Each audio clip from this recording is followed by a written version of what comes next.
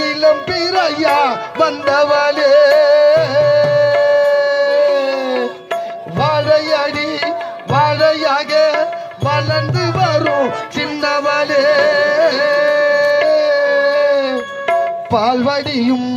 உன்முகத்தை பார்த்துவிட கூடாதா கண்ணுறங்கு கண்மணியே கண்ணுறங்கு ஆரிரரோ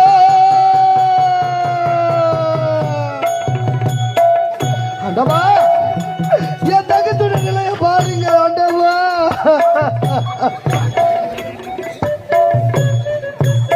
மா தகத்து